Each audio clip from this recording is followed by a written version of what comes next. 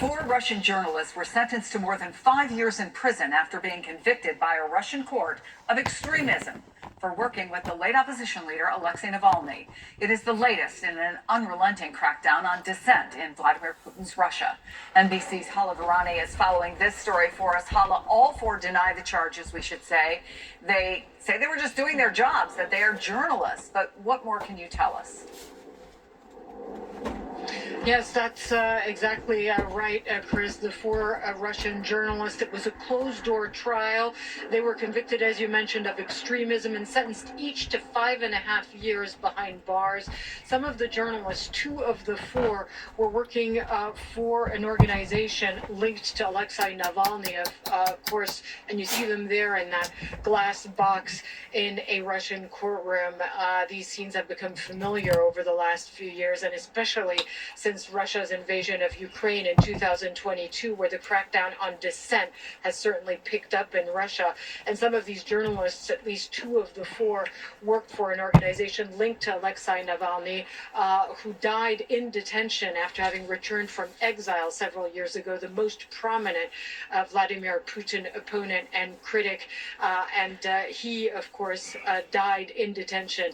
Now, these four journalists have said all along that they are being persecuted because they are regime opponents, that this is something that the Kremlin is doing in order to silence dissent. One of them, whose name is Konstantin Gabov, said independent journalism in Russia is equated essentially to extremism. And one of the accused said that she was being persecuted for reporting on the conditions that Alexei Navalny was held under while he was in prison before he passed away. So these four journalists, just as you mentioned there, Chris, part of a larger and larger group of dissidents, of Kremlin opponents who are being prosecuted and who are being jailed in Putin's Russia. And since the invasion of Russian troops in Ukraine in 2022, that type of effort to silence dissent in Russia has certainly picked up. Chris? Hala Virani, thank you. The Trump administration is eyeing deep cuts at the State Department. An internal memo obtained by NBC News outlines a plan to slash nearly half of the department's funding. Among other things, it calls for the elimination of funding for NATO and the United Nations.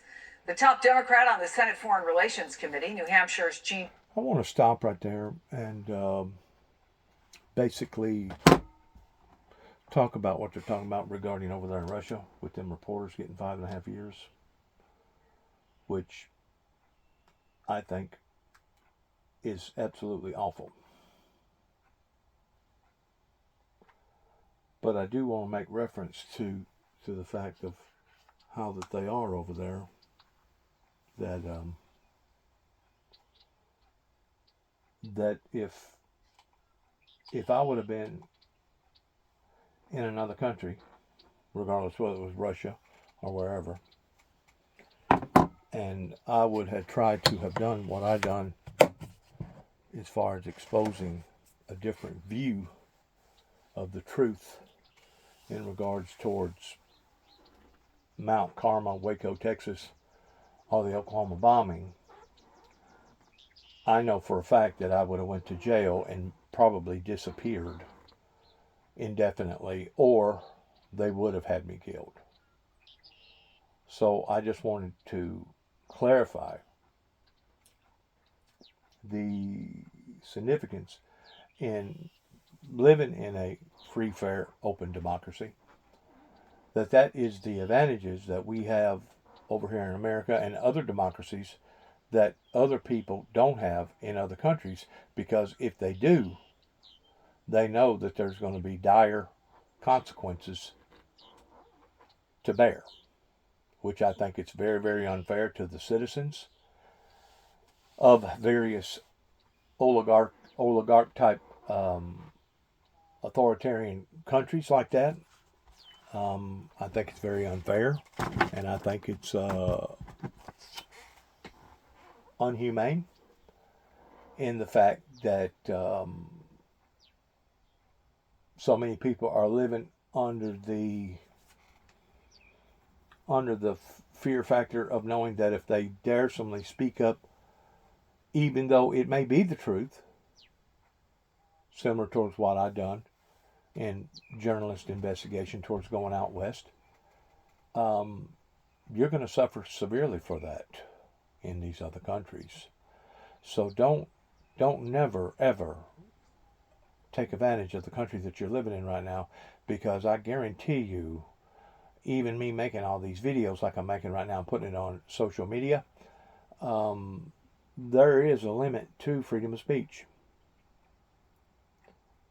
Now, what they done over here in Martin, Tennessee in 2005 while passing out some Bible literature, and especially after apprehending me and bringing me back to Martin and interrogating me, and I told them that I had absolutely no harmful intentions towards the statement that I made about being on the news, they violated my humanitarian rights towards freedom of speech.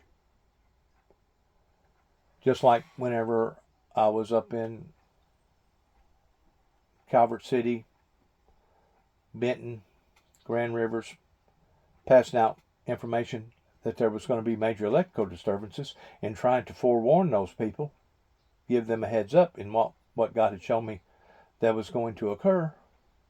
And they tried to turn it around towards that I was going to literally physically make electrical disturbance by blowing up the Kentucky Dam on the Tennessee River. Something has happened to our society over here to the degree that whenever you do have good journalism reporting, or whenever you do seek out the truth and then you're punished for it, maybe you're not put to death, or maybe you're not placed into a prison for 5 or 6 years, but something is wrong whenever people are trying to help people, the same as Al Gore or the same as other people that we've seen get punished again and again and again, including I believe Donald Trump, because I truly believe that Donald Trump, after listening to him and after him going through what he went through on his first presidency, I truly believe that he is trying to help, regardless whether it means anybody's approval, with shaving off here, or shaving off there, or cutting here, or cutting there. Well, that's that's all in the line of business. That's business as usual as far as I'm concerned. And as far as I'm concerned also, that should have been looked at and dealt with 10, 12, 15 years ago. And that's one of the reasons why we are in the debt like we are right now towards people taking advantage of us.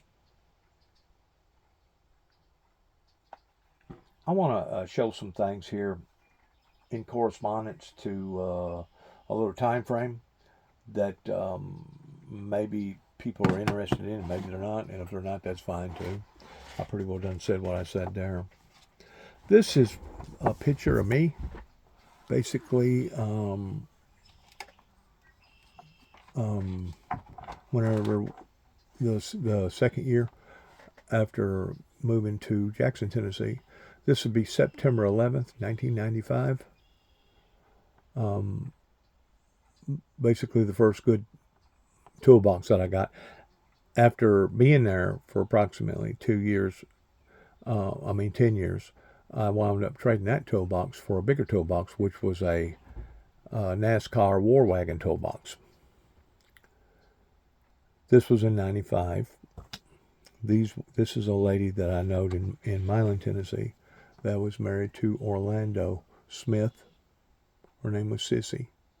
God bless her soul. She would get in a bathroom and try to take a bath, and she would get stuck, and her husband didn't have the strength to get her out, and they had to call fire department several different times just to get her out of the bathtub. This is a picture here in 1998, whenever I was up in LBL on a church retreat at the sacred site.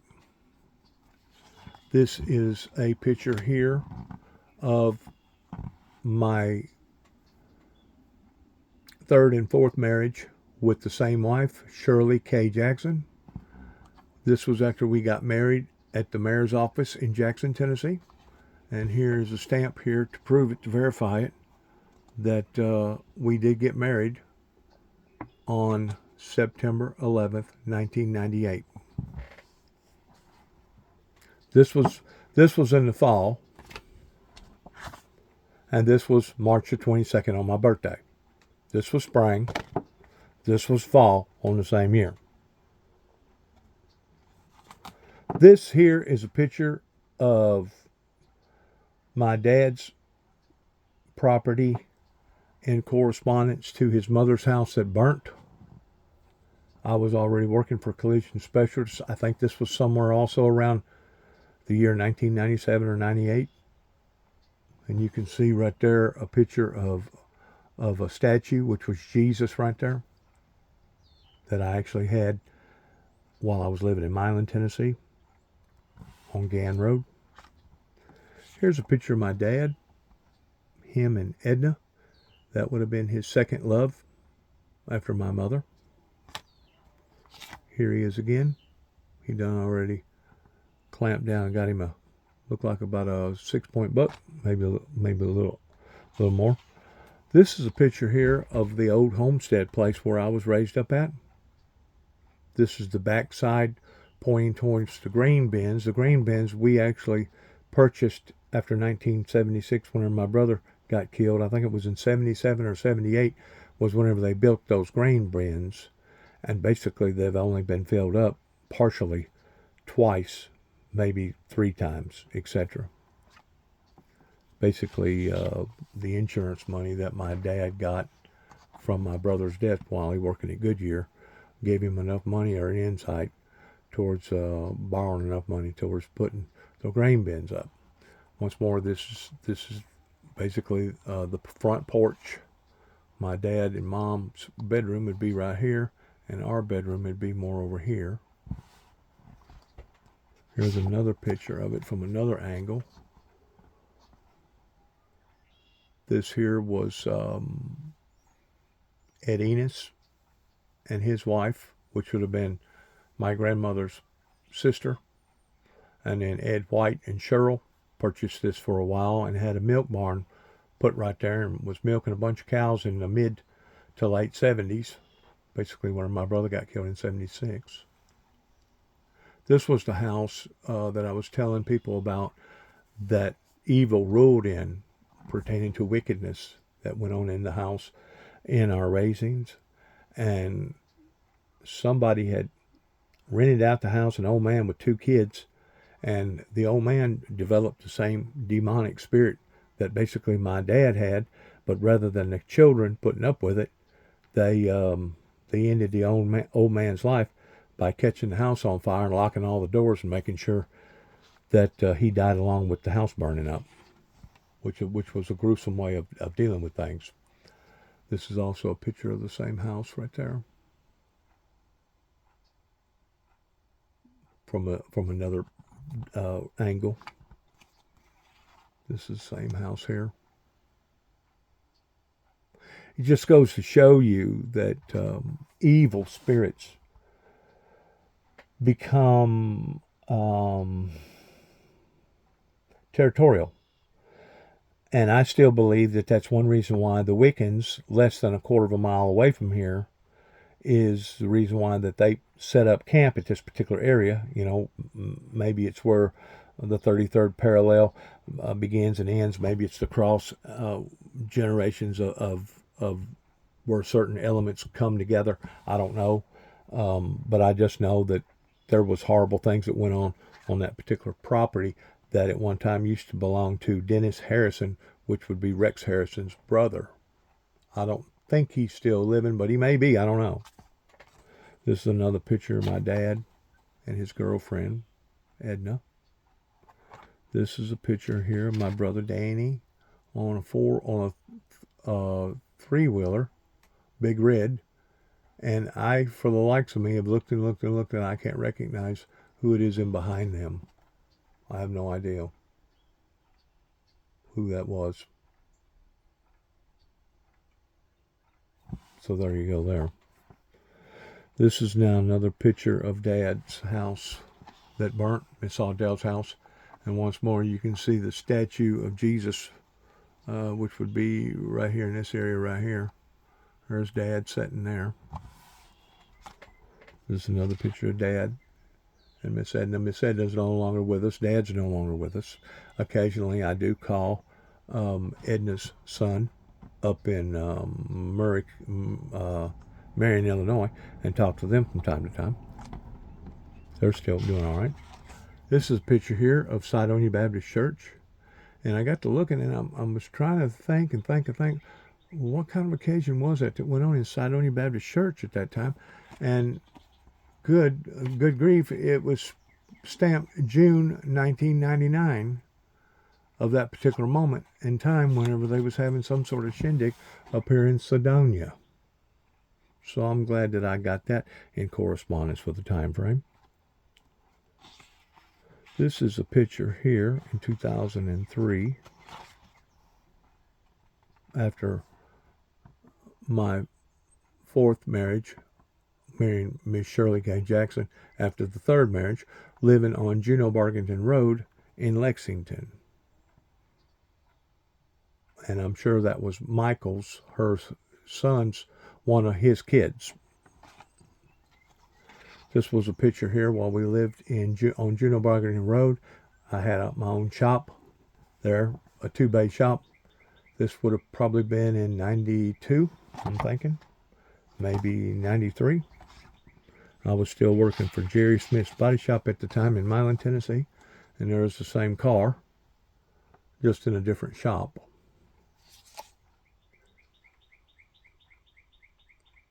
I got that 01, and that ain't marked right. Because that is Jerry Smith's Body Shop, and I left Jerry Smith's Body Shop in 95. So I got that picture. Nope, I'm incorrect about that.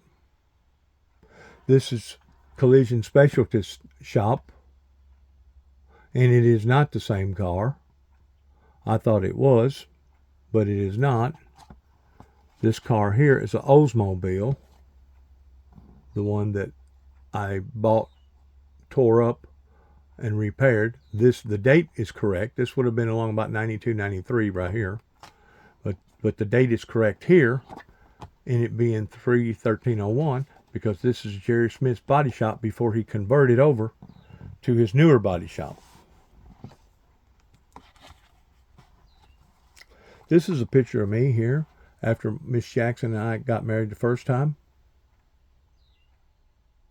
on Sidonia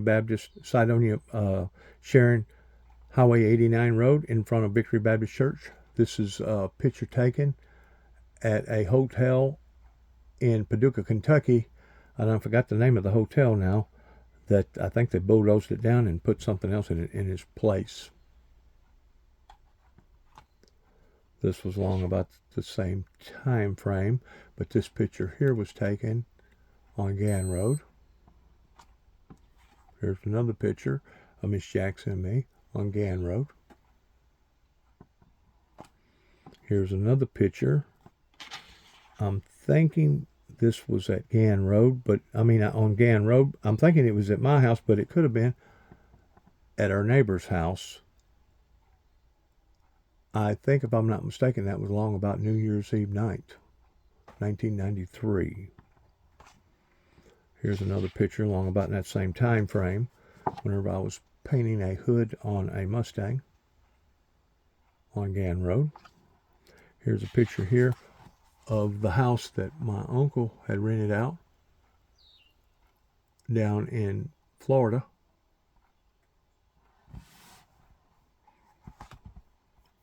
I'm thinking probably along about 92, 93. Here's another picture of a pickup truck bed at Gann Road at my shop of a guy that I had worked out a deal towards painting his truck. Let me see. He had given me the truck for fixing up an old car. And because I didn't do it in the right time frame, he basically ordered and brought in a wrecker and got both the truck and the car from over here at Dad's property at 291 Thompson Road, and had to go to court and everything else. Finally, it got thrown out of court. This here was Rolling Acres I'm saying somewhere around 97, 98, maybe 99.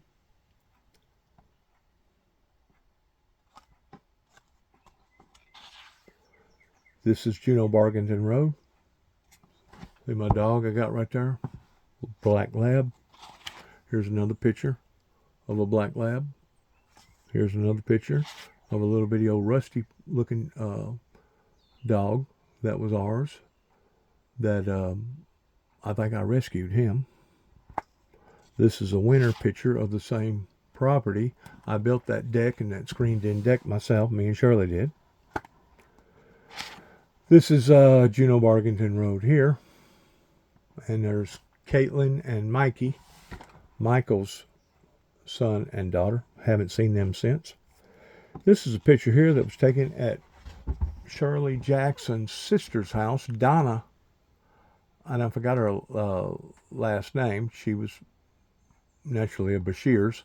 But this was New Year's Eve night in 2004, leading up to the occurrences that was going to take place in my life in the spring of 2005 towards her walking out of my life. This was a picture taken down in Florida. That's Gary Jackson. That's Flagler Beach between Daytona and St. Augustine, somewhere down in that area. These was some pictures here that I took whenever I first got to St. Augustine down in St. John Street. There was a big church down there, and I took some pictures there of that. Here's another picture of Christ being crucified there. And this here was a store on John Street at St. Augustine, Florida. This was my truck that it looked like in 2006. Anastasia Island, the island that I stayed on for approximately a year while working for Jack Smith's Jack dealership there in St. Augustine. This is a picture here while I was in the process of moving around outside of Huntsville, Alabama, up this great big mountain. This big mountain. I don't remember the name of the mountain. I think this is a Methodist church, but I'll never forget because I had exposed a little bit of my story to the congregation. I don't know if it was that guy or the female that basically reprimanded me and told me that I was no longer welcome to go there because I had frightened some of their congregation with the material that I had given them. And the material was basically the truth. This was a picture I took while being in St. Augustine, Florida. It was a picture of a back of a tailgate. I think it's a Ford.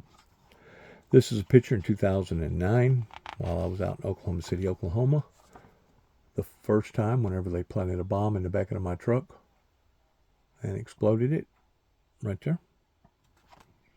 This is another picture from the same vehicle, the same camper. I think it's on the opposite side. I'm not for sure. But this is also another picture that I took of a vehicle that was down in Oklahoma City, Oklahoma during the memorial, the 2011 memorial, where I was basically told that I wasn't no longer welcome around that memorial site and that I had been banded. That was in 2011. This was in 2009. Between this and this, 2 years difference, I found out in 2011 that there was more people that was investigating the Oklahoma bombing, and that's whenever I found out that that they had made a documentary called The Noble Lie that basically explains per detail that the federal agencies knew because they'd come across a bunch of detonators, but they didn't bring all that into the eye of the public at that particular time, which was telling me of a government cover-up. This was a picture of Alamo Baptist Church when my brother died. At the time, I was working at Kennesaw. I was working in Kennesaw, Georgia for Gerber Collision and Glass when my brother died. I think that was in 2011. This is just another picture of the Antichrist picture. And this is just another picture here that I have racked my brain and racked my brain. I'm thinking it was a picture whenever we went to Florida the first time on Miss Jackson's first marriage, which would have been between 91 and give or take 97. And this is a picture here where we was flaunting around because we took Paul Trimmer and his wife with us the first time while working at Jerry Smith's Body Shop, and we went to Daytona Speedway while we was down that way. I just wanted to, kind of throw that in identifying some of the time frames in where I was, what I was doing, and etc. I'm sorry that I didn't have them all organized like I should have had, but that's all right too. I still got my message across, I think, pertaining to some of the historical facts here. But this is one of the main ones that I wanted to share with people as far as the date right there. If you'll see the date right above my thumb right there where it says 9/11/1998, that was the year that Miss Jackson and I decided that we was going to tie the knot for the second time. That originally we had went to Brother Brown, that was the preacher in the Lighthouse Pentecostal Church, because we had become acquainted with them, and them basically pulling us back together, that I didn't understand after that they had counseled with us towards marriage counseling, towards bringing us back together. Then whenever we did decide to marry, he backed out. He wouldn't marry us. And we had to go to Madison County Mayor to get married. And we got married on her birthday, 9/11/1998. We had no earthly ideal, or I didn't have no earthly ideal, on 2001, September the 11th, was whenever the 9/11 that we're familiar with pertaining to the Twin Towers was going to happen. And I still say that date was pre-marked because of this date. Because of the people that I met in Martin, Tennessee in 1988 pertaining to Satan and his disciples. And I know that probably sounds like a stretch of imagination to a lot of people, but I'm just telling you that the way that the Father had called me into understanding all of this, because whenever I was going through all this, I didn't understand all of it at the time. And it took me a long time before I could really puzzle together and put all the pieces together. And why in the world but if all these dates have lined up the way that they did? Well, now you're beginning to understand the reason why.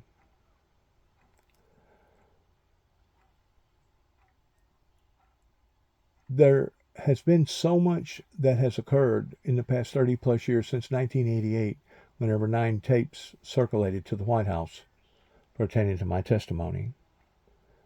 It's just remarkable that I'm still here. It's remarkable that I still have a good frame of mind, and it's remarkable that I can sit and talk and discuss these things with open clarity and a halfway sense of humor in what has occurred, because I have learned to accept the things that has occurred, though it's very hurtful, not necessarily personally to me personally, but it's very hurtful in how that I have seen the characteristics of all this go in a negative way with all the countries all over the world. In so many people's lives that's been affected over a major decision that certain people made in the White House shortly after 9 tapes circulated to the White House. Just want to say God bless America, God bless our troops, and good luck to every one of us. And heaven, please help us all in seeing the confinement that the devil and the devil's people is trying to put upon to people such as what you just got through witnessing pertaining to the reporters over in Russia, that people in these democratic open countries need to be very, very appreciative in being and living in the countries that we're living in, though they may not be perfect. At least maybe we don't have to worry about somebody poisoning us or throwing us out of a high story, a tall building, and giving the appearances of suicide, or being thrown obviously in jail because of freedom of speech, because of humanitarian rights being violated. Shalom. And good luck to all of us.